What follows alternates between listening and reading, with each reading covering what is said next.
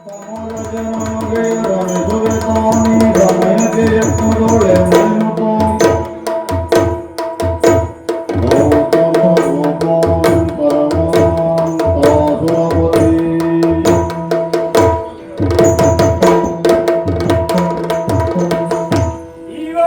ನಮ್ಮ ನಿಯೋಜನೆಯ ಪ್ರಕಾರವಾಗಿ ಫಲ ನೀಡುವಂತಹ ಸುಸಂದರ್ಭ ಸನ್ನಿಹಿತವಾಗಿದೆ. ನಮ್ಮ ಸೃಷ್ಟಿಯಾದಂತಹ ಯುಕ್ತಿಯ ಮೂಲಕವಾಗಿ ಬ್ರಾಹ್ಮಿ ಮುಹೂರ್ತ ಎನ್ನುವುದಾಗಿ ತಿಳಿದು ಗೌತಮ ಮುನಿ ಈಗಾಗಲೇ ನದಿಗಡೆಗೆ ಹೋಗುತ್ತಿದ್ದಾರೆ. ಚಾಲಕವನ್ನು ಪೂರೈಸುತ್ತಾರೆ. ಇದೇ ಸೂಕ್ತವಾದಂತಹ ಸಂದರ್ಭ. ಹಾಗಾಗಿ ನಾನು ಗೌತಮನಾಗಿ ಒಳ ಪ್ರವೇಶಿಸವಾಗಿ ಆ ಕಾರಣಕ್ಕಾಗಿ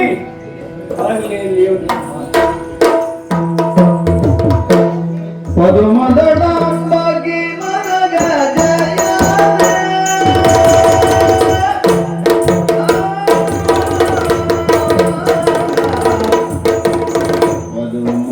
ಪದುಮದಡಂಬಗಿ ಮದಗ ಜಯಾನೆ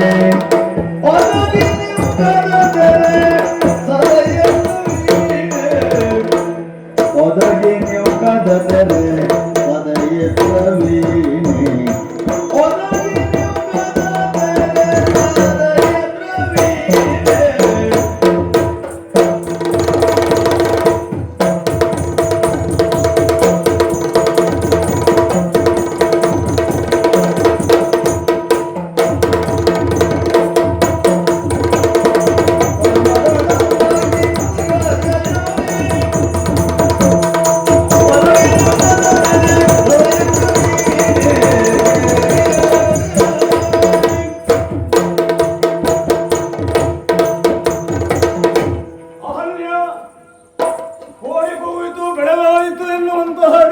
ನಾನು ಹೋದೆ. ನೋಡಿದರೆ ಬೆಳಗಾಗಲಿಲ್ಲ. ಹೊರಗಡೆ ಕಾಯ್ತಾ ಇದ್ದೇನೆ. ಈ ಚಳಿಯನ್ನ ಸಹಿಸಲಿಕ್ಕೆ ಸಾಧ್ಯವಾಗ್ತಾ ಇಲ್ಲ. ಗೌತಮನಾಗಿ ಹೇಳ್ತಾ ಇದ್ದೇನೆ, ಕದವನ್ನು ತೆರೆ ಅಹಲ್ಯ, ಕದವನ್ನು ತೆರೆ. ಹೋಗುವಾಗಲೇ ತಡವಾಗಿ ಹೋಗಿದ್ದೀರಿ. ಧರ್ಮದಿಗೆ ಹೋಗಿ ಅಷ್ಟು ಬೇಗ ಬಂದಾಯ್ತು ನೀವು? ಹೌದು, ಅಲ್ಲಿ ಬೆಳಗಾವಿ ಇಲ್ಲ. ಅದು ಅಲ್ಲಿ ಹೋಗಿ ನೋಡಿದ್ರೆ ಇನ್ನೂ ಕತ್ತಲೇ ಆವರಿಸಿದೆ. ಬೆಳಗಾವಿಯ ಚಳಿಯನ್ನು ಸಹಿಸಲಿಕ್ಕೆ ಆಗ್ತಾ ಇಲ್ಲ. ಕೋಳಿ ಕೂಗಿದೆ ಎಬ್ಬಿಸಿದ್ದೇನೆ. ಅದು ಯಾವ ಕಾಡ್ಕೋಳಿ ಇರಬೇಕು, ನಿಜವಾದ ಕೋಳಿ ಅಲ್ಲದು. ಅಯ್ಯೋ, ಕಾಡ್ಕೋಳಿ ಅದು. ಅದಕ್ಕೆ ಯಾವಾಗ ಬೆಳಗಾವಿ ಗೊತ್ತಿಲ್ಲ. ಚಳಿಯಿಂದ ತಡೆಯಲಿಕ್ಕೆ ಆಗ್ತಾ ಇಲ್ಲ. ಏನಾಗ್ತಾ ಉಂಟು ನಿಮ್ಗೆ? ಏನಾಗ್ತಾ ಉಂಟು? ಚಳಿ ಆಗ್ತಾ ಇದೆ. ಬೇಗ ಸ್ನಾನ ಮಾಡಿ ಬನ್ನಿ, ಒಳಗೆ ಹೋಗಿ. ಒಳಗೆ ಹೋಗಿದ್ರೆ ಬೆಳಗಾಗಲಿಲ್ಲ. ಹಾಗಾದ್ರೆ ಬನ್ನಿ, ಒಳಗೆ ಬನ್ನಿ. ಒಲ್ಲಗು ನಿಂದು ಕೈ ಕೊಟ್ಟು ಕತ್ತಲೆಯೊಳ ಮಲ್ಲೆಯು ಕರೆದರು ಕವನ ಸರ್ವದೇವರ ಬಗ್ಗೆಯಲ್ಲಿ ಚಲನದೆಲೆ ಮರಿ ಕೈಯುತ್ತಿರರು.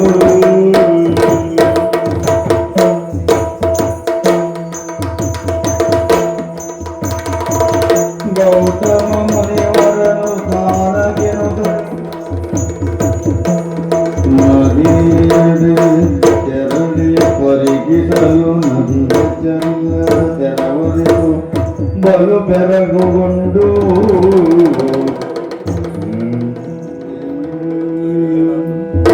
ಪರಮಾಶ್ಚರ್ಯ. ಆನ್ನಿಕಕ್ಕಾಗಿ ನದಿ ಬದಿಗೆ ಬಂದ್ರೆ ಇದು ಬ್ರಾಹ್ಮಿ ಮುಹೂರ್ತವಲ್ಲ. ಇದು ಏರು ರಾತ್ರಿ, ಇದು ಅಪರರಾತ್ರಿ. ಇದು ಭೂತಗಳು, ಪ್ರೇತಗಳು, ಪಿಶಾಚಗಳು ಪ್ರಪಂಚದಲ್ಲಿ ಧರ್ಮವನ್ನು ಗ್ರಾಮಗೊಳಿಸುವುದಕ್ಕೆ ಸಂಚಕಾರ ಹೂಡುತ್ತಿರುವಂತಹ ಶಕ್ತಿಗಳು ಓಡಾಡುವಂತಹ ಸವ್ಯ ಅಲ್ಲ, ಅಪಸವ್ಯದ ಕಾಲ ಇದು. ನೋಡಿ, ನದಿ ಬದಿಗೆ ಬಂದ್ರೆ ಆ ನೀರನ್ನು ಸ್ಪರ್ಶಿಸಿದ್ರೆ ಹಗಲು ಹೊತ್ತಿನಲ್ಲಿ ಸೂರ್ಯನ ತಾಪದಿಂದ ಭೂಮಿ ಬಿಸಿಯಾಗುತ್ತಿದ್ದರೆ ತನ್ನ ಗರ್ಭದಲ್ಲಿ ಅಂತಸ್ಥವಾಗಿದ್ದಂತಹ ಬಿಸುಬನ್ನು ಅದು ನೀರಿಗೆ ಬಿಟ್ಟು ಕೊಡುತ್ತದೆ. ಆ ಕಾರಣದಿಂದ ಅನುಷ್ಠಾನಕ್ಕಾಗಿ ನದಿ ಬದಿಗೆ ಬಂದವನಿಗೆ ಬ್ರಾಹ್ಮಿ ಕಾಲಕ್ಕೆ 4ನೇ ಜಾವಕ್ಕೆ ನೀರು ಬಿಸಿಯಾಗಿರುತ್ತದೆ. ಮತ್ತೊಬ್ಬ ಬಿಸಿ ಮಾಡಬೇಕಾಗಿಲ್ಲ. ಇದು ಪ್ರಕೃತಿಯ ವ್ಯವಸ್ಥೆ. ಆದರೆ ಏರು ಚಳಿ ನೀರನ್ನು ಸ್ಪರ್ಶಿಸುವುದಕ್ಕಾಗುವುದಿಲ್ಲ.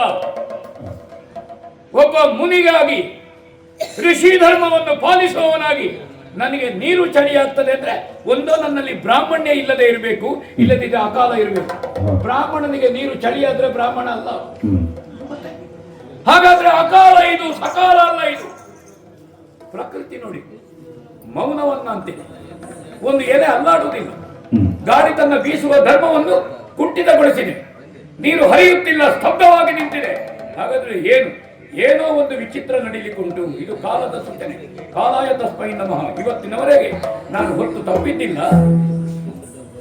ನಾನು ಮಲಗಿದಲ್ಲಿ ನಿದ್ರಾಂಗನೆಯ ತೋಳತಕ್ಕೆಯಲ್ಲಿ ನಾನು ಬಿದ್ದವನಲ್ಲ.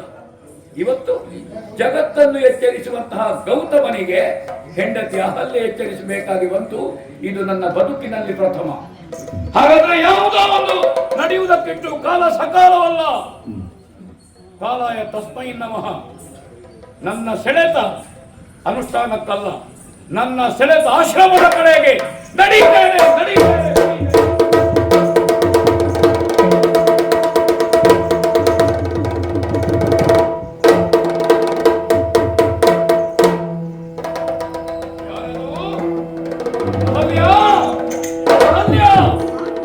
ಬೆಳಗಾದುದೆಂದು ದಿನ ತಿಳಿಯದೆ ದಿನ ಮುನಿ ತಿಲಕ ಗೌತಮನಾನೆ ಕಾಣೆ. ಬೆಳಗಾದುದೆಂದು ಬೆಳ ತಿಳಿಯದೆ ದಿನ ಮುನಿ ತಿಲಕ ಗೌತಮನಾನೆ ಕಾಣೆ.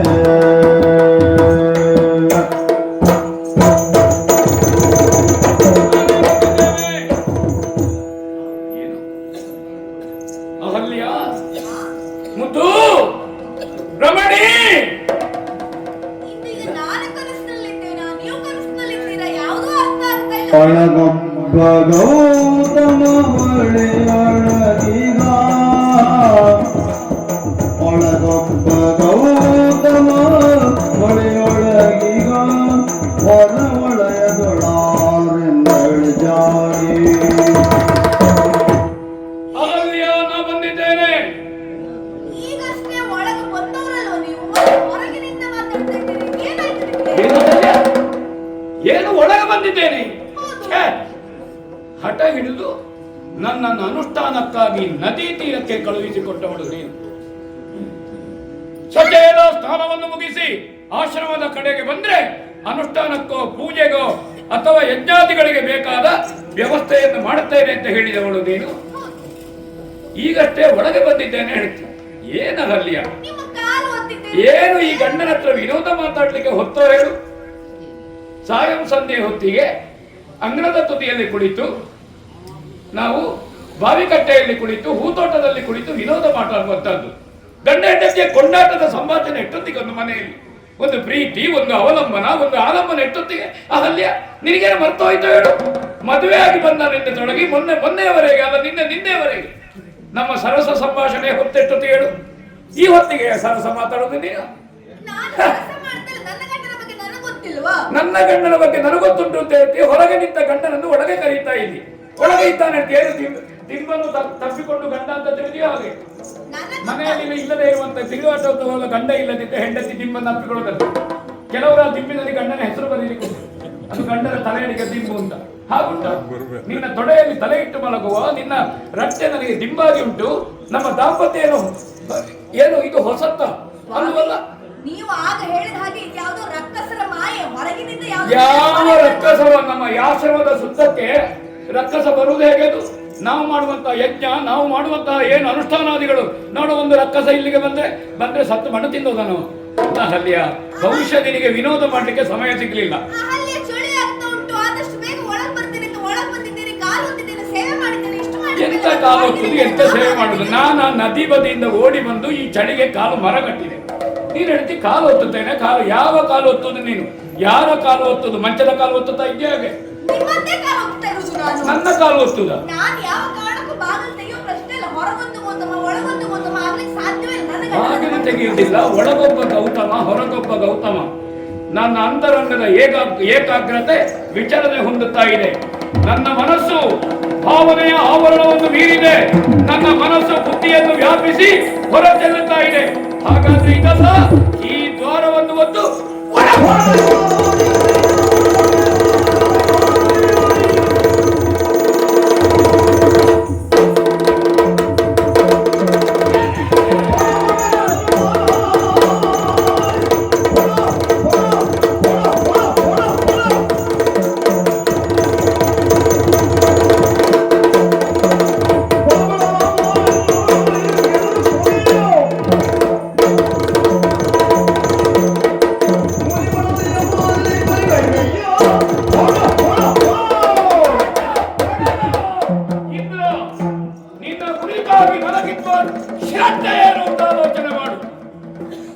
ಅಗ್ನಿಹೋತ್ರಿಯಾಗಿ ಯಜ್ಞ ಕುಂಡದಲ್ಲಿ ಹವಿರ್ಭಾಗವನ್ನು ನಿನಗರ್ಪಿಸುವ ಇಂದ್ರಾಯ ಸ್ವಾಹ ಪ್ರಜಾಪತಯ ಇದನ್ನ ಮಮ ಯಜುರ್ವೇದ. ಇಂದ್ರನಲ್ಲಿ ಮಹಾವಿಷ್ಣುವನ್ನು ಆವಾಹಿಸಿದೆ, ನೆನಪಿಟ್ಟುಕೋ. ಯಾರು ಯಜ್ಞಪತಿ?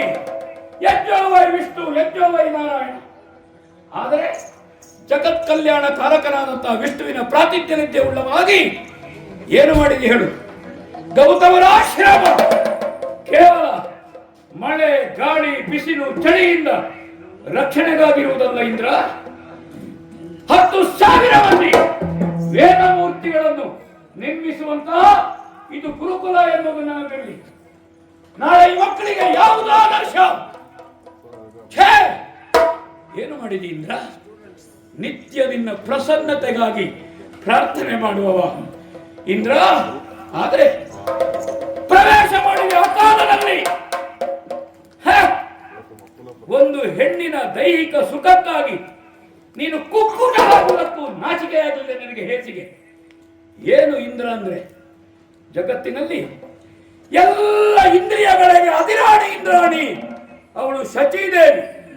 ಇಂದ್ರಾಣಿಗೆ ಅಧಿಪತಿಯಾಗಿ, ಯಜಮಾನನಾಗಿ, ಗಂಡನಾಗಿ ನೀನು ಇಂದ್ರಿಯ ವಶವರ್ತಿಯಾದೆ. ನೀನೇ ಇಂದ್ರಿಯ ವಶವರ್ತಿಯಾದರೆ ಪ್ರಪಂಚದಲ್ಲಿ ಆದರ್ಶ ದಂಪತಿಗಳೇನು ಮಾಡಬೇಕು ಹೇಳು? ಹೇಳಿಂದ್ರ. ಅಲ್ಲ, ನನ್ನ ಗೃಹಸ್ಥಾಶ್ರಮದ ಯಜ್ಞ ಕುಂಡವನ್ನು ಮಲಿನ ಮಾಡಿದೆ ಇಂದ್ರ. ನನ್ನ ಉಪಾಸನಾಗ್ನಿಯ ಪ್ರತಿನಿಧಿ ಅವಳು. ನನ್ನ ಉಪಾಸನಾಗ್ನಿಯ ಪ್ರತಿನಿಧಿಯೊಂದಿಗೆ ನೀನು ರಮಿಸಿದ್ರೇನು? ನನ್ನ ಯಜ್ಞ ಕುಂಡಕ್ಕೆ ನೀನು ಹೊಲಸು ಎರಚಿದಿ. ಇದರಿಂದ ನೀನು ತಪ್ಪಿಸಿಕೊಳ್ಳುವುದಕ್ಕಿಲ್ಲ. ಇದಕ್ಕೆ ಸರಿಯಾದಂತಹ ಪ್ರಾಯಶ್ಚಿತ್ತ ಆಗಲೇಬೇಕು.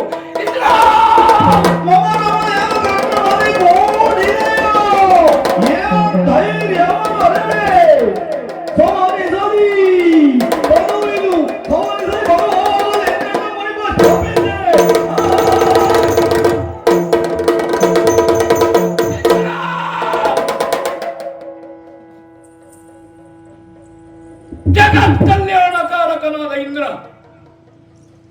33 ಕೋಟಿ ದೇವತೆಗಳಿಗೆ ಯಜಮಾನ ಇಂದ್ರ, 3 ಮೂರ್ತಿಗಳ ಪ್ರಾತಿನಿಧ್ಯ ಉಳ್ಳಂತಹ ಇಂದ್ರ, ಶಚೀದೇವಿಗೆ ಮಾಡಿದ ಅವಮಾನ ಇದು ಅಲ್ಲ. ಪೂರ್ವ ದಿಕ್ಪತಿಯಾಗಿ ನೀನು ಆರಾಧನೆಗೆ ಯೋಗ್ಯನಲ್ಲ ಇಂದ್ರ. ಒಂದು ಯಜ್ಞ ಕುಂಡವನ್ನು ನೀನು ಹೇಸಿಗೆಯಿಂದ ಮಲಿನಗೊಳಿಸಿದಿ ಅಂತಾದ್ರೆ, ಓಹೋ, ಶಚಿಯ ಜೊತೆಗಿನ ದಾಂಪತ್ಯ ನಿನ್ನ ಇಂದ್ರಿಯ ನಿಗ್ರಹಕ್ಕೆ ಕಾರಣವಾಗಲಿಲ್ಲ. ನಿನ್ನ ಇಂದ್ರಿಯ ಕೆರಳುವಂತೆ ಪ್ರಚೋದನೆ ಕೊಟ್ಟಿದೆ. ಅಂದ್ರೆ ಯಾವುದರಿಂದ ಪ್ರಚೋದನೆ ಕೊಟ್ಟಿದೆ ಇಂದ್ರ? ಗಂಡು ಹೆಣ್ಣಿನ ಅವಲಂಬನ ಎನ್ನುವುದು ಕಾಮ ವಿಕಾರಕ್ಕಲ್ಲ, ಇದು ಬ್ರಹ್ಮನ ಸೃಷ್ಟಿ ಕ್ರಿಯೆಯಲ್ಲಿ ಪಾಲ್ಗೊಳ್ಳುವ ಯಜ್ಞ ಅಂತ ತಿಳ್ಕೊ ನೀನು. ಅದು ನಿನಗೆ ಯಜ್ಞ ಭಾಗವನ್ನು ಉಣ್ಣುವ ಹವಿರ್ಭೋಜನದ ಹಕ್ಕುಳ್ಳಂತಹ ನಿನಗೆ ಗೊತ್ತಾಗದೆ ಹೋಯಿತು. ಹಾಗಾದರೆ ಏನನ್ನು ಬಯಸಿ ಬಂದಿ? ಧರ್ಮವನ್ನಲ್ಲ, ಕರ್ಮವನ್ನಲ್ಲ, ವೇದವನ್ನಲ್ಲ, ಉಪನಿಷತ್ತನ್ನಲ್ಲ. ನೀನು ಬಂದದ್ದು ಕೇವಲ ತನು ಸುಖಕ್ಕಾಗಿ. ಹೌದು, ನೀವು ತೈಜಸ ದೇಹಗಳು. ಹಾಗಾದರೆ ದೇವಲೋಕದಲ್ಲಿ ಗಂಡು ಹೆಣ್ಣಿನ ಸಂಬಂಧ ಅಂದ್ರೆ ತಾಡನ ಇಲ್ಲ, ಮರ್ದನ ಇಲ್ಲ, ಚುಂಬನ ಇಲ್ಲ, ಅವಲಂಬನ ಇಲ್ಲ, ಕೇವಲ ತತ್ವ ಅದು. ಆದರೆ ಪೂರಾಟಕ್ಕೆ ಬಂದಿ ಅವಲಂಬನಕ್ಕೆ ಬಂದಿ, ಚುಂಬನಕ್ಕೆ ಬಂದಿ, ತಾಡನಕ್ಕೆ ಬಂದಿ, ಮರ್ತನಕ್ಕೆ ಬಂದಿ. ಇದಾಗಬೇಕು ಅಂತಾದ್ರೆ ನೀನು ಯಾವುದನ್ನು ಬಯಸಿ ಬಂದಿದ್ದಿ ಅಂತ ನನಗೆ ಗೊತ್ತುಂಟು. ನೀನು ಬಯಸಿದ್ದು ನಿನ್ನ ಮೈಯಲ್ಲಿ ಭಂಗವಾಗಲಿ, ಭಂಗವಾಗಲಿ.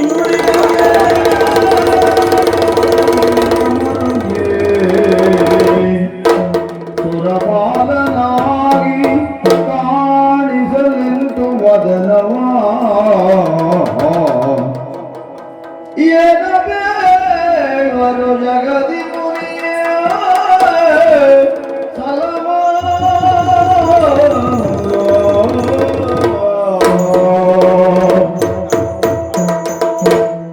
ಮುನೀಂದ್ರನೇ, ಕ್ಷಮಿಸಬೇಕು, ಕ್ಷಮಿಸಬೇಕು. ತಾವು ಸಾಮಾನ್ಯರಲ್ಲ, ಸುಜ್ಞಾನಿಗಳಾಗಿ ಲೋಕಮುಖದಲ್ಲಿ ಆದರ್ಶವಾದಂತಹ ವ್ಯಕ್ತಿತ್ವ ಸಂಪನ್ನತೆಯಿಂದ ವಿರಾಜಮಾನರಾದ ಈ ಮೊದಲೇ ಪಂಥವನ್ನ ಜಯಿಸಿ ನಾನು ಅಹಲ್ಯೆಯನ್ನ ವಿವಾಹವಾಗಬೇಕು ಎನ್ನುವ ಕಾರಣಕ್ಕಾಗಿ ಈ ಮೊದಲೇ ಅನುವೃತ್ತನಾಗಿದ್ದಂತಹ ನಾನು ದಕ್ಕದೇ ಇದ್ದಾಗ ಈ ರೀತಿಯ ಪರಮಾರ್ಚನೆಯನ್ನು ಪ್ರತೀಕಾರವಾಗಿ ಮಾಡಬೇಕೆನ್ನುವಂತಹ ಯುಕ್ತಿ ಮಾರ್ಗವನ್ನು ಅನುಸರಿಸಿದೆ. ಅದರ ಪರಿಣಾಮವಾಗಿ ಅಹಂಕಾರ ಮತದಿಂದ ತಪ್ಪಿದಂತಹ ನಾನು ಅವಿವೇಕಕ್ಕೆ ಆಧೀನನಾಗಿ ಮಾಡಬಾರದಂತಹ ಹೇಯ ಕಾರ್ಯವನ್ನು ಮಾಡಿ ನೀವು ನೀಡಿದ ಈ ಶಾಪವನ್ನು ನಾನು ನೋಡಿದರೆ ಇಂತಹ ಅಸಹ್ಯವಾದಂತಹ ಶರೀರದೊಂದಿಗೆ ಸ್ವರ್ಗಲೋಕಕ್ಕೆ ನಾನು ಹೋಗಲಾರೆ, ಸ್ವರ್ಗ ಸಿಂಹಾಸನವನ್ನು ಏನೋ ಪ್ರಮಾದದಿಂದ ಆಗಿದೆ ಎನ್ನುವುದಾಗಿ ತಿಳಿದು ನಿಗ್ರಹ ಅನುಗ್ರಹ ಶಕ್ತಿ ಸಂಪನ್ನರಾದಂತಹ ತಾವು ನನ್ನನ್ನು ಮನ್ನಿಸಬೇಕು, ನನ್ನನ್ನು ಕ್ಷಮಿಸಬೇಕು. ನಿಮ್ಮ ಪಾದ ಮೂಲೆಗಳಲ್ಲಿ ನನ್ನ ಪ್ರಾಣಾರ್ಪಣೆಯನ್ನು ಮಾಡುವುದಕ್ಕೆ ನಾನು ಸಿದ್ಧನಾಗಿದ್ದೇನೆ. ಆದರೆ ಅದೂ ಸಾಧ್ಯವಾಗ್ತಾ ಇಲ್ಲ. ಈಗಾಗಲೇ ನಾನು ಅಮೃತವನ್ನು ಕುಡಿದ ಪರಿಣಾಮವಾಗಿ ಸಾಯುವುದಕ್ಕೂ ಶಕ್ತರಾಗುವುದಿಲ್ಲ. ನಾನು ಸ್ವರ್ಗ ಸಿಂಹಾಸನವನ್ನು ಏರಲಾರೆ, ಸ್ವರ್ಗಕ್ಕೆ ಹೋಗಲಾರೆ. ಈ ಹೇಸಿಯನ್ನುಂಟು ಮಾಡುವಂತಹ ಶರೀರವನ್ನು ನಾನು ನೋಡಲಿಕ್ಕೆ ಅಶಕ್ತನಾಗಿದ್ದೇನೆ. ಓ ಮುನಿಯೇ, ನಿಮ್ಮ ಪಾದ ಪದ್ಮಗಳಲ್ಲಿ ಅನವರತು ವಿನಯಪೂರ್ವಕವಾಗಿ ನಿವೇದಿಸಿಕೊಳ್ಳುತ್ತಿದ್ದೇನೆ. ಕ್ಷಮಿಸಬೇಕು, ಕ್ಷಮಿಸಬೇಕು, ಕ್ಷಮಿಸಬೇಕು.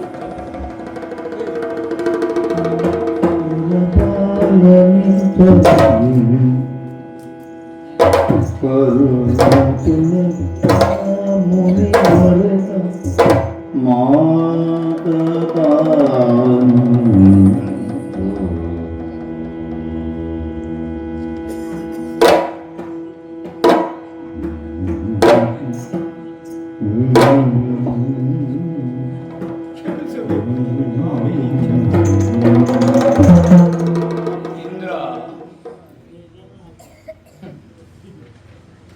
ಆಶ್ರಮಕ್ಕೆ ಬರುವಾಗ ನಿನಗದು ಹೇಸಿಗೆ ಅಂತ ಅನ್ನಿಸಲಿಲ್ಲಲ್ವಾ?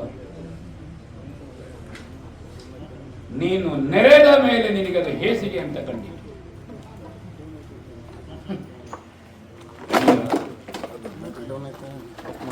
ಪ್ರಪಂಚಕ್ಕೆ ಪ್ರಸವದ ಮೂಲಕವಾಗಿ ಜೀವರನ್ನು ಹೆತ್ತು ಕೊಡುವ ಗಂಗಾ ದ್ವಾರ ಇದ್ರ, ಅದು ಗಂಗಾ ದ್ವಾರ, ಅದು ಹೇಸಿಗೆ ಅಲ್ಲ. ಇದ್ರ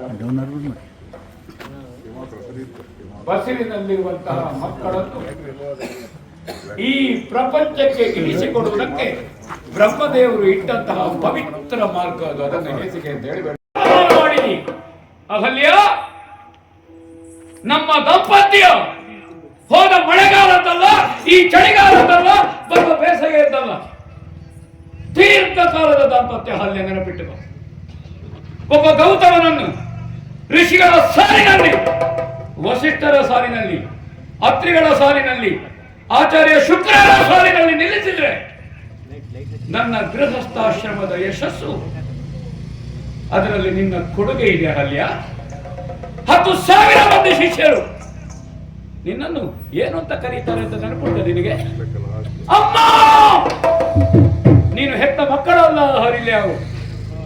ಬದಲಾಗಿ ನನಗೆ ಗಂಜಿ ಕೊಡು, ನನಗೆ ರಾಗಿ ಮುದ್ದೆ ಕೊಡು, ನನಗೆ ಹಾಲು ಕೊಡು, ನನಗೆ ಮಣ್ಣಿ ಕೊಡು. ಬೆಳಗ್ಗೆ ಅನುಷ್ಠಾನವನ್ನು ಮುಗಿಸಿ ನಿನ್ನ ಪಾದಕ್ಕೆ ಬಿದ್ದು ಪ್ರದಕ್ಷಿಣೆ ಬಂದು ದೇವರ ಕೋಣೆಗೆ ಹೋಗುವಂತಹ 10 ಮಂದಿ ಶಿಷ್ಯರನ್ನು ನೋಡು. ನಿನ್ನನ್ನು ತಾಯಿ ಅಂತ ಹೇಳುವಂತಹ, ಅಮ್ಮ ಅಂತ ಹೇಳುವ ಮಕ್ಕಳು ನನ್ನನ್ನು ಅಪ್ಪ ಅಂತ ಕರೆಯುವುದಿಲ್ಲ.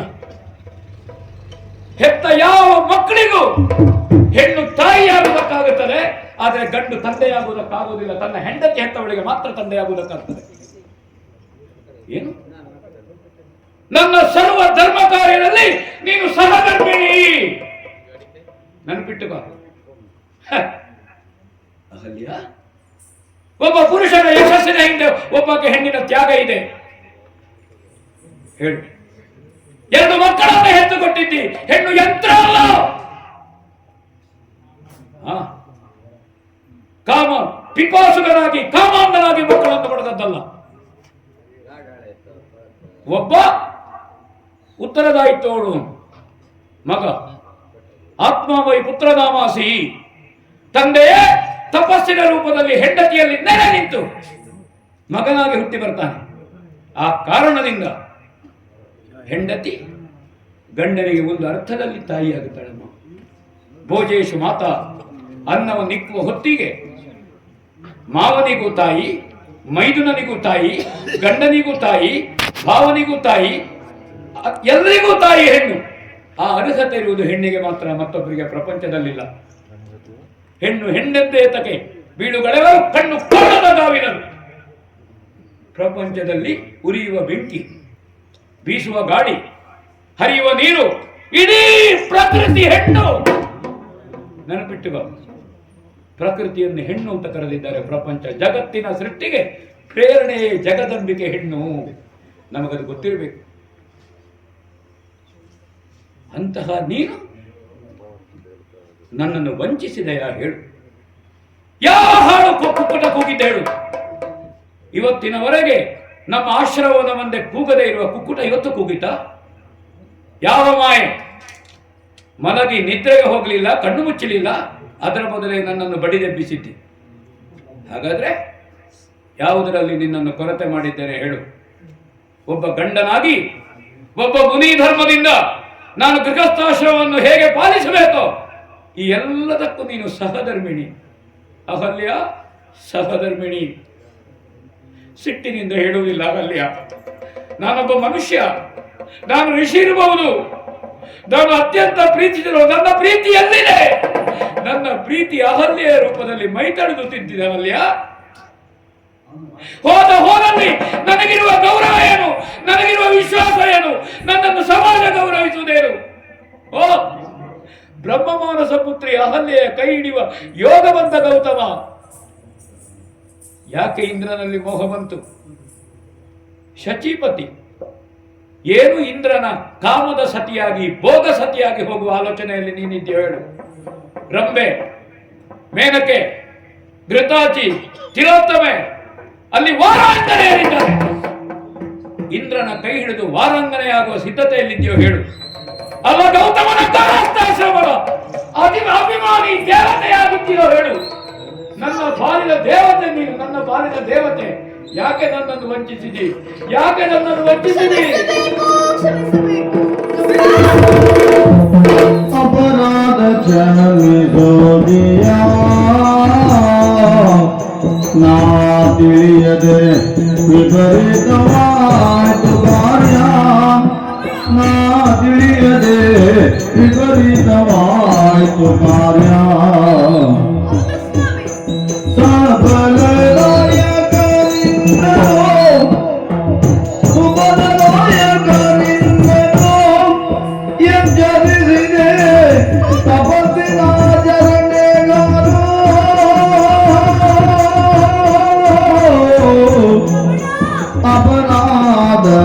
ಕ್ಷಮಿಸುದಿಯ ನಾ ತಿಳಿಯದೆ ವಿಪರೀತವಾಯಿತು ಕಾರ್ಯ. ಕ್ಷಮಿಸಬೇಕು. ಒಂದೊಂದು ಮಾತುಗಳನ್ನಾಡುತ್ತಾ ಇದ್ದೀರಿ. ಈ ರೀತಿಯ ಮಾತುಗಳನ್ನು ಆಡುವುದರ ಬದಲು ಒಂದು ದೊಡ್ಡ ವಿಷವನ್ನು ಕೊಡಿ ಸ್ವಾಮಿ.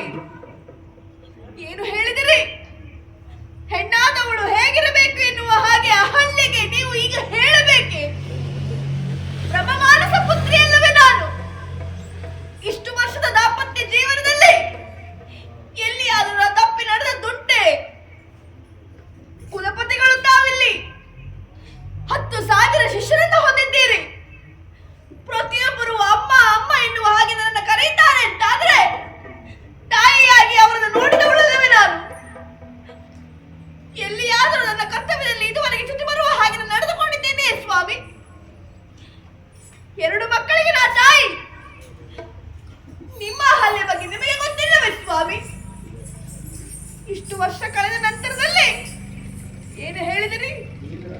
ಶಚಿಪತಿಯನ್ನು ನಾ ಬಯಸಿದ್ದೇನೆ.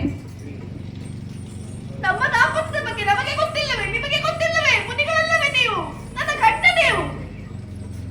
ನಿಮ್ಮನ್ನಲ್ಲದೆ ಮತ್ತೊಬ್ಬರನ್ನು ನಾನು ಕನಸಿನಲ್ಲಿಯೂ ನಾ ಎಣಿಸಿಕೊಂಡವಳಲ್ಲ. ಅವನನ್ನು ನಾ ಕಣ್ಣೆತ್ತಿ ನೋಡುವುದಕ್ಕೆ ಸಾಧ್ಯವೇ? ಕೋಳಿ ಎಲ್ಲಿಗೆ ಹೋಗಿತ್ತು? ಯಾವ ಮಾಯೆ ನನಗೇನು ಗೊತ್ತಾಗಬೇಕು? ನಾ ಸಾಮಾನ್ಯವಾದ ಹೆಣ್ಣು. ನನಗೇನು ಮಂತ್ರ ಶಕ್ತಿ ಇದೆಯೇ? ನನಗದು ಗೊತ್ತಾಗುತ್ತದೆಯೇ ಮಾಯೆಯು ಮತ್ತೊಂದು ಎನ್ನುವ ಹಾಗೆ?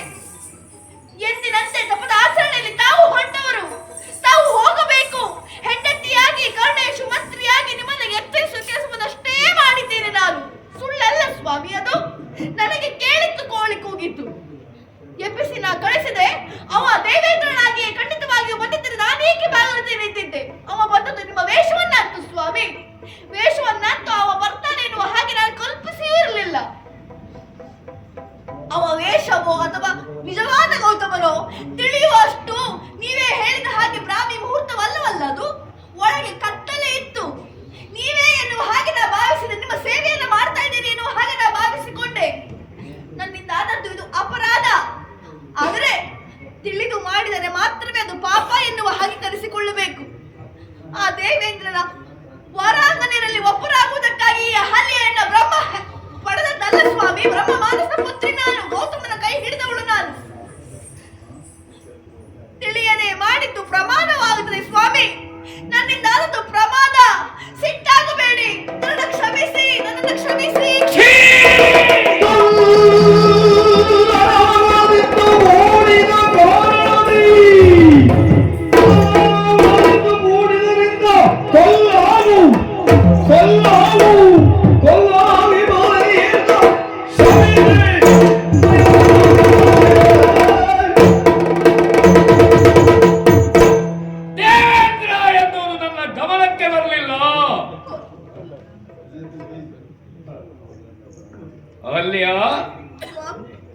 ಹೆಣ್ಣಿಗಿರುವ ಸೂಕ್ಷ್ಮ ಪ್ರಜ್ಞೆ ಪ್ರಪಂಚದಲ್ಲಿ ಅಪೂರ್ವವಾದದ್ದು.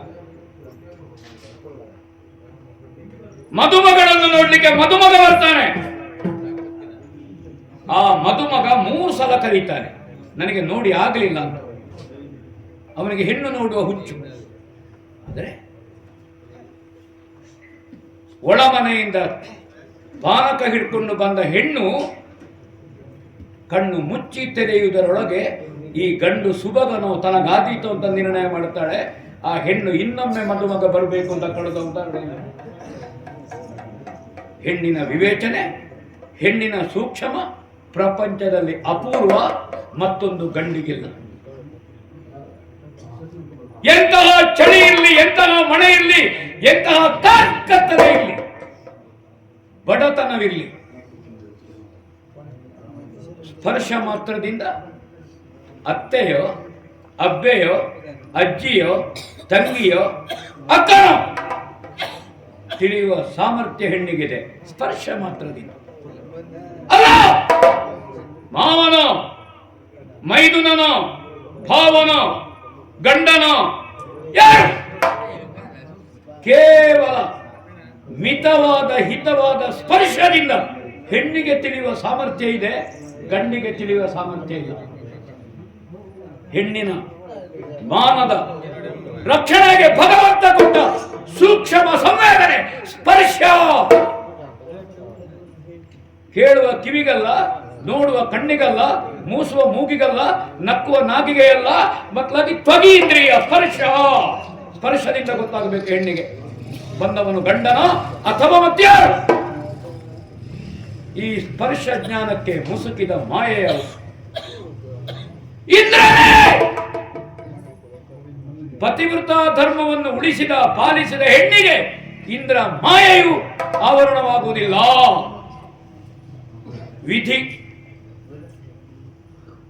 ಹೌದು ವಿಧಿ ಇದು. ಆ ಕಾರಣದಿಂದ ನನ್ನ ಭಾಗಕ್ಕೆ ನೀನು ಕಲ್ಲಾಗಿ ಹೋದಿ. ಮಿಡಿತ ಇಲ್ಲದವಳಾದಿ, ಸೂಕ್ಷ್ಮ ಸಂವೇದನೆ ಇಲ್ಲದವಳಾಗಿ ಹೋದಿ. ಅಹಲ್ಯ, ನನ್ನ ಪಾದಕ್ಕೆ ನೀನು ಕಲ್ಲಾದಿ. ಅಹಲ್ಯ, ಸೂಕ್ಷ್ಮ ಸಂವೇದನೆಯೇ ಇಲ್ಲದೆ ಹೋಯ್ತೋ ಹೇಳು. ನೀನು ಹೇಳು. ಯಾವ ಹೆಂಡತಿಗೂ ಗಂಡ ಶಪಿಸುವಂತಹ ದುರ್ಯೋಗವನ್ನು ಜಗತ್ತಿನಲ್ಲಿ ದೇವರೇ ಕೊಡಬೇಡಿ ಸ್ವಾಮಿ. ಈ ದೇಹ, ಆ ದೇಹದೊಂದಿಗೆ ಬ್ರಹ್ಮನ ಸೃಷ್ಟಿ ಕ್ರಿಯೆಯಲ್ಲಿ ಪಾಲ್ಗೊಂಡ ಯಜ್ಞ ಇದು. ಕೇವಲ ಕಾಮ ವಾಸನೆಯ ತಾಡನವಲ್ಲ, ಚುಂಬನವಲ್ಲ, ಮರ್ದನವಲ್ಲ, ಅದು ಯಜ್ಞ. ಆದರೆ ಇವತ್ತು ನಾನು ಪರಿಮಾರ್ಜನೆ ಮಾಡದೇ ಇದ್ರೆ, ಹೌದು, ಊರಿಗೆಲ್ಲ ಪಂಚಗವ್ಯ ಕೊಡುವವ ಅವನ ಮನೆ ಅಶೌಚಕ್ಕೆ ನೆರೆ ಮನೆಗೆ ಪಂಚಗವ್ಯಕ್ಕೆ ಹೋದಾಗಾದೀತು. ಆವಾಗ ಗೋಪೂಜೆ ಮಾಡುವ ಗೌತಮ ಬದುಕಿ ಗೋವುಗಳ ಹತ್ಯೆ ಮಾಡಿದ ಫಲ ಬಂದು ಹೋದೀತು. ನನ್ನ ಮನೆಯ ಕಾಮಧೇನು ನನ್ನ ಭಾಗಕ್ಕೆ ಕಲ್ಲಾಗಿದ್ದಾಳೆ. ಇನ್ನೆಲ್ಲಿಯೋ ಮೇವನ್ನರಸಿ ಕಾಮಧೇನು ಹೋಗಬಾರದು. ಅದಕ್ಕಾಗಿ ಅದು ಕಲ್ಲಾಗಿ ಆದರೂ ನನ್ನ ಮನೆಯಲ್ಲೇ ಇರಬೇಕು. ಅದಕ್ಕಾಗಿ ಅಹಲ್ಯ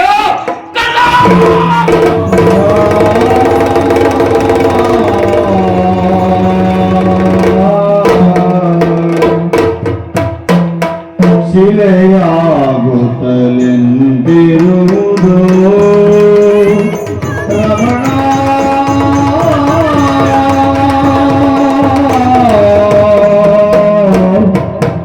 ಶಿಲೆಯಾಗುತ್ತಲೆಂದಿರುವುದು ಚಳಿಮಳೆ ಗಾಳಿ ಬಿಸಿಲು. ತುಳಿ ತುಳಿದೆಲ್ಲರೂ ಬಲುವಿನ ಹೊಳೆಯರು ಅಗಟ ಗಟ. ತುಳಿ ತುಳಿದೆಲ್ಲರೂ ಬಲುವಿನ ಹೊಳೆಯರು ಅಗಟ.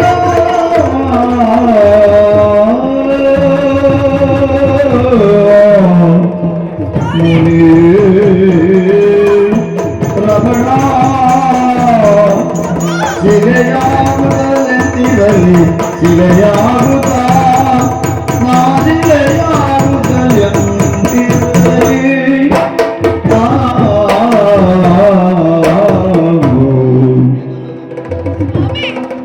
ರಮಣ, ಎಂತಹ ಶಾಪವನ್ನು ಕೊಟ್ಟು ಬಿಟ್ಟಿರಿ, ಎಂತಹ ಶಾಪವನ್ನು ಕೊಟ್ಟು ಬಿಟ್ಟಿರಿ. ನಿಮ್ಮ ಪಾಲಿಗೆ ನಾ ಕಲ್ಲಾದಲೆ, ಹಾಗಾಗಿ ನನಗೆ ಕಲ್ಲಾಗು ಎನ್ನುವ ಹಾಗೆ ಶಾಪವನ್ನು ಕೊಟ್ಟಿರೆ. ಈ ಮಾತನಾಡುವಾಗ ನಿಮ್ಮ ಎದೆಯು ಕಲ್ಲಾಯಿತೆ ಸ್ವಾಮಿ. ಶಿಲೆ ಅಂತ ಹೇಳಿದರೆ ಅದಕ್ಕೆ ಭಾವವಿಲ್ಲ. ಭಾವವಿಲ್ಲದೆ ಇರುವಂತಹ ಗೌತಮ ಕೊಟ್ಟಿರುವಂತಹ ಶಾಪದ ಪರಿಣಾಮ ಭಾವಕಿಯಾಗಿರುವಂತಹ ಅಹಲ್ಯೆ ಶಿಲೆಯಾಗಬೇಕೆ? ರಮಣ, ಇಷ್ಟು ವರ್ಷದ ನಮ್ಮ ದಾಂಪತ್ಯಕ್ಕೆ ಏನು ಫಲ ಸಿಕ್ಕಿತು ಹೇಳಿ? ಸಾರಿ ಸಾರಿ ಹೇಳಿದ್ದೇನೆ. ಅವ ದೇವೇಂದ್ರನಾಗಿ ಬಂದಿದ್ದದಂತಾಗಿದ್ದರೆ ನಾ ಬಾಗಿಲ ತೆರೆಯುತ್ತಲೇ ಇರಲಿಲ್ಲ. ಅವ ಬಂದದ್ದು ನಿಮ್ಮ ವೇಷವನ್ನ ಅಂತು ನೀವೇ ಎನ್ನುವ ಹಾಗೆ ಭಾವಿಸಿ ನಾನು ಅವನ ಸೇವೆ ಮಾಡಿದೆ. ಆದರೆ ನಾ ತಿಳಿಯದೇ ಮಾಡಿರುವಂತ ಅಪರಾಧಕ್ಕೆ ಇಂತಹ ದೊಡ್ಡ ಶಿಕ್ಷೆಯೇ ಸ್ವಾಮಿ. ನಿಮ್ಮನ್ನಲ್ಲದೆ ಮತ್ತೊಬ್ಬರನ್ನ ನಾ ಕನಸಿನಲ್ಲೂ ಎನಿಸಲಿಲ್ಲ ಎನ್ನುವ ಹಾಗಾಡಿದ್ದೇನೆ. ಈಗ ಕಲ್ಲಾಗಿ ನಾನಿರಬೇಕು. ಯಾಕೆ ಕಲ್ಲಾಗಬೇಕು? ನಾ ತಿಳಿಯದೇ ಮಾಡಿರುವಂತಹ ಅಪರಾಧಕ್ಕೆ, ನನ್ನಿಂದಾದ ಪ್ರಮಾದಕ್ಕೆ, ದಾರಿ ಹೋಕರ ಕಾಲಿಗೆ ನಾ ಸಿಲುಕಬೇಕು. ಚಳಿ ಮಳೆ ಗಾಳಿಯಲ್ಲದೆ ನಾ ಶಿಲೆಯಾಗಿ ಬಿದ್ದಿರಬೇಕು.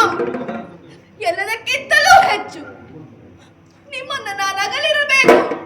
ರಮಣ, ಇದು ಸರಿಯೇ ನೀವು ಮಾಡುತ್ತಾ ಇರುವುದು?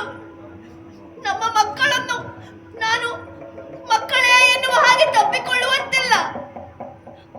ಒಂದು ವೇಳೆ ಆ ಮಕ್ಕಳು ಬಂದು ಶಿಲೆಯಲ್ಲಿ ಬಿದ್ದರು, ಅವರ ಕಣ್ಣಿನಲ್ಲಿ ನೀರು ಬಂದಿತ್ತು ಅಂತಾದರೆ ಮಕ್ಕಳೇ ಎನ್ನುವ ಹಾಗೆ ಒರೆಸುವ ಸೌಭಾಗ್ಯವು ನನಗಿಲ್ಲ. ನಿಮ್ಮ ಸೇವೆಯನ್ನು ಪ್ರತಿನಿತ್ಯ ಮಾಡುವಂತ ಸೌಭಾಗ್ಯ ನನಗಿಲ್ಲ. ಇದು ಸರಿಯೇ ಸ್ವಾಮಿ? ನಿಮ್ಮ ನಗಲಿ ನಾನೆಂದು ಬಾಳುವೆನು? ಸಾಧ್ಯವಿಲ್ಲ ಸ್ವಾಮಿ, ನನಗೆ ಸಾಧ್ಯವಿಲ್ಲ. ಈ ಕೊಟ್ಟಿರುವಂತಹ ಶಾಪಕ್ಕೆ ವಿಮೋಚನೆಯೇ ಇಲ್ಲವೇ? ಹಾಗಿದ್ದರೆ ನಿಮ್ಮ ಮನಸ್ಸಷ್ಟು ಕಲ್ಲೇ, ನಾನು ಎಷ್ಟು ಕಾಲ ಕಲ್ಲಾಗಿರಬೇಕು? ಏನು ಒಂದು ದಾರಿ ತೋರಿಸಿ ಸ್ವಾಮಿ. ಕೋಪವನ್ನು ಶಾಂತ ಮಾಡಿಕೊಳ್ಳಿ, ಶಾಂತ ಮಾಡಿಕೊಳ್ಳಿ. ಈ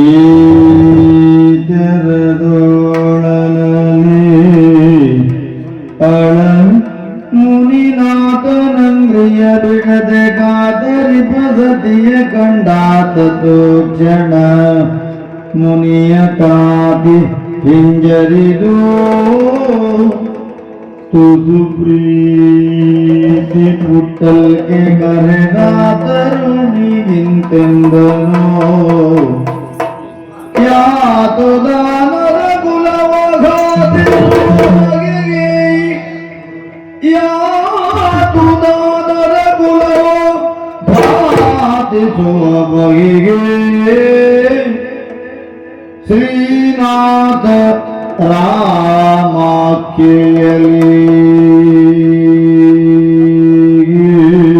ಶ್ರೀನಾಥ ಶ್ರೀನಾಥ ರಾಮಾಖ್ಯೆಯಲ್ಲಿ ಉದಿಸಿ ಶ್ರೀನಾಥ ರಾಮಾಖ್ಯೆಯಲ್ಲಿ ಉದಿಸಿ ಆತ ನಡೆಸೋಂಗೆ ಆತ ನಡೆಸೋಗಲು ಪುನೀತಳಗೆ ಶ್ರೀರಾಮ ನಡೆಸೋಗಲು ಪುನೀತಳಗೆ ನೀನೆನುತ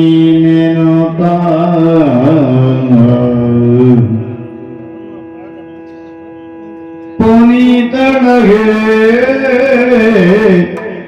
ನೀನೆನುತ ಮುನಿ ನುಡಿದ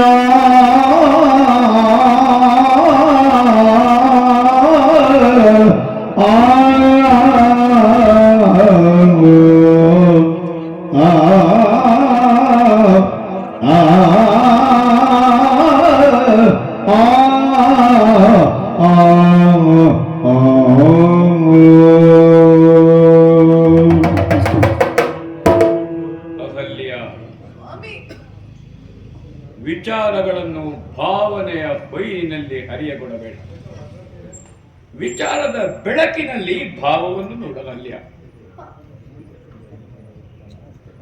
ಋಷಿ ಧರ್ಮ ಇದನ್ನು ನಾವೇ ಉಳಿಸದಿದ್ರೆ ಪ್ರಪಂಚಕ್ಕೆ ನಾವು ಆದರ್ಶರಾಗುತ್ತೇವೋ ಬೇಡ. ಆಗುವುದಿಲ್ಲ.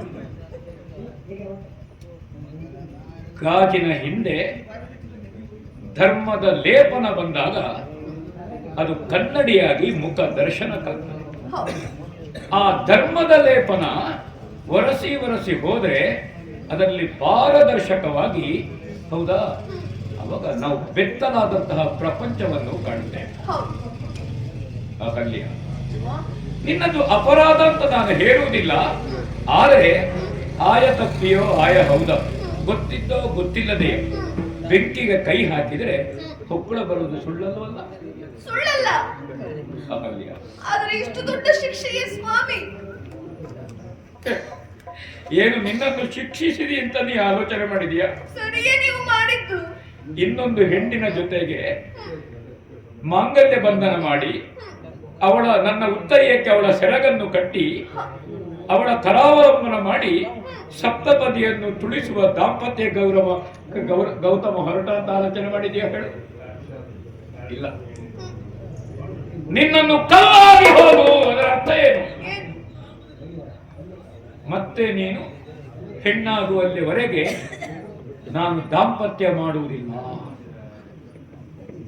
ಹೆಣ್ಣು ಮೃದುವಾದರೆ ಗಂಡ ದಾಂಪತ್ಯ ಮಾಡುತ್ತಾನೆ, ಹೆಣ್ಣು ಕಲ್ಲಾದರೆ ಗಂಡ ದಾಂಪತ್ಯ ಮಾಡುವುದಿಲ್ಲ.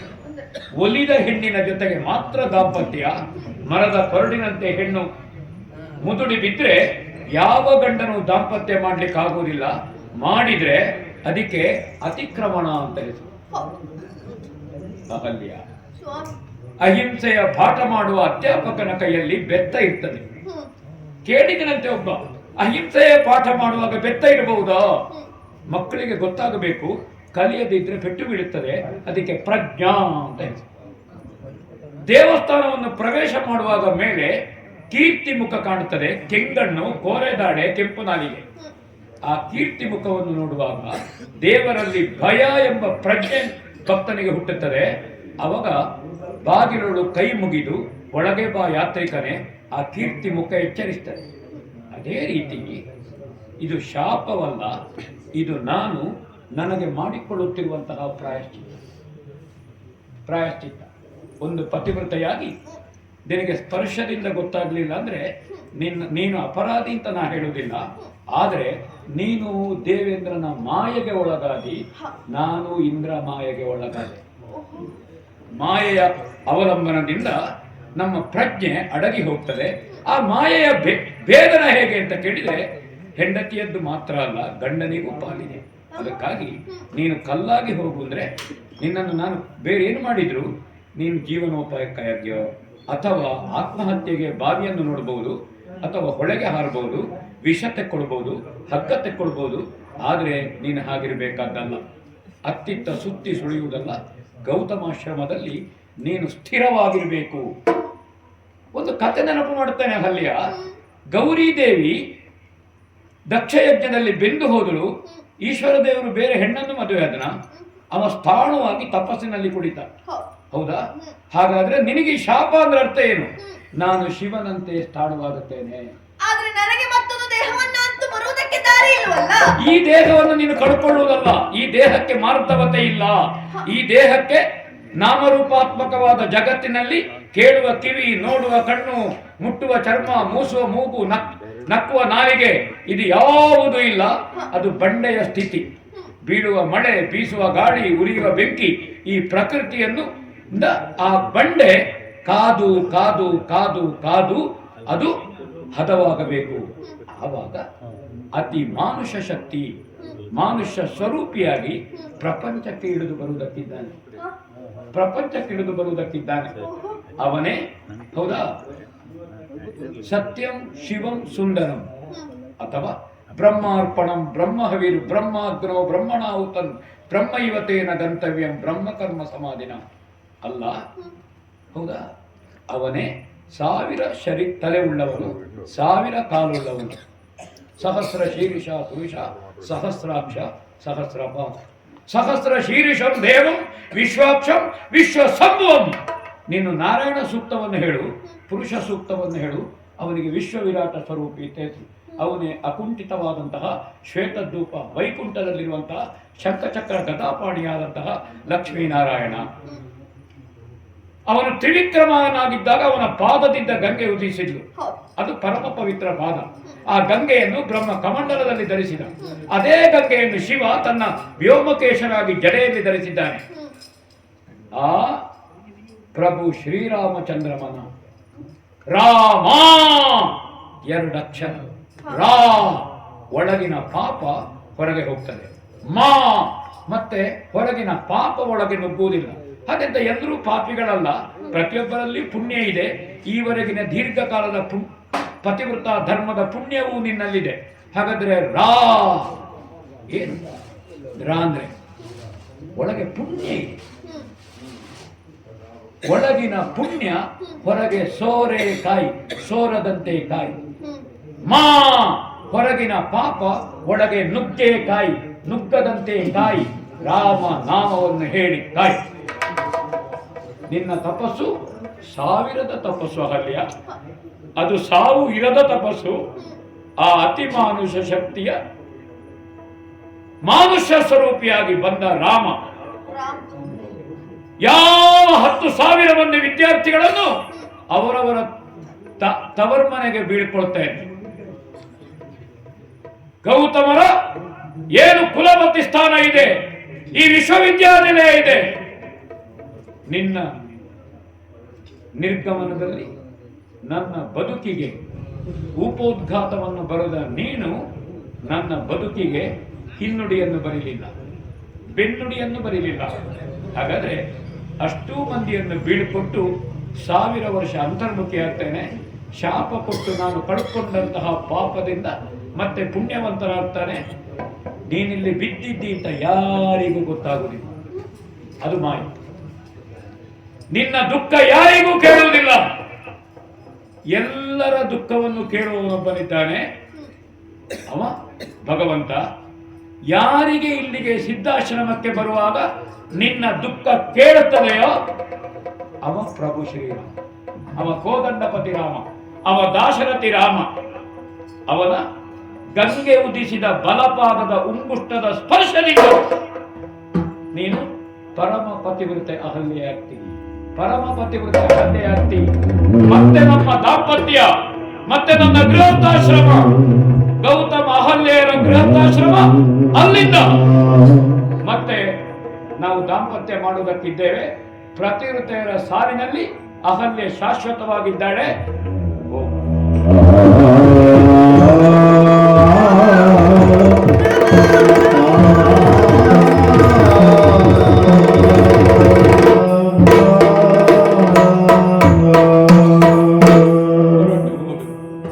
ಯೋ ವೇದ ದೌಸ್ವರ ಪ್ರೋಕ್ತೋ ವೇದಾಂತೆ ಚ ಪ್ರತಿಷ್ಠಿತಃ. ಆಕಾರ, ಊಕಾರ, ಮಾಕಾರ, ಬಿಂದು ಮತ್ತು ನಾದದಲ್ಲಿ ಭಗವಂತನಿದ್ದಾನೆ. ಸೃಷ್ಟಿ, ಸ್ಥಿತಿ, ಲಯ, ಅನುಗ್ರಹ, ತಿರೋಧಾನ. ಆ ಭಗವಂತ ಎಲ್ಲಿ ಸ್ಥಿತನಾಗಿದ್ದಾನೆ? ವೈದಿಕರು ಹೇಳಿದ್ರು, ಯಸ್ಯ ಪ್ರಕೃತಿ ಲೀನಸ್ಯ ಯಪ್ಪರಸ್ಯ ಮಹೇಶ್ವರ. ಆ ಭಗವಂತ ಪ್ರಕೃತಿಯಲ್ಲಿ ಸ್ಥಿತನಾಗಿದ್ದಾನೆ. ಪಾಣಿಪೀಠ ಪ್ರಕೃತಿಯ ಸಂಕೇತ, ಲಿಂಗ ಪುರುಷನ ಸಂಕೇತ. ಲಿಂಗ ಇಲ್ಲದೆ ಇರುವ ಪಾಣಿಪೀಠಕ್ಕೆ ಪೂಜೆ ಇಲ್ಲ, ಪಾಣಿಪೀಠ ಇಲ್ಲದೆ ಇರುವ ಲಿಂಗಕ್ಕೆ ಅಸ್ತಿತ್ವ ಇಲ್ಲ. ಆ ಪಾಣಿಪೀಠ ಬಂಡೆಯಾಗಿ ಬಿದ್ದಿದೆ, ಹಾಗಾದ್ರೆ ಈ ಲಿಂಗಕ್ಕೇನು ಕೆಲಸ ಇಲ್ಲ. ಪ್ರಣವೋದನು ಶರಸ್ಯಾತ್ಮ ಬ್ರಹ್ಮ ಸಂರಕ್ಷಣ.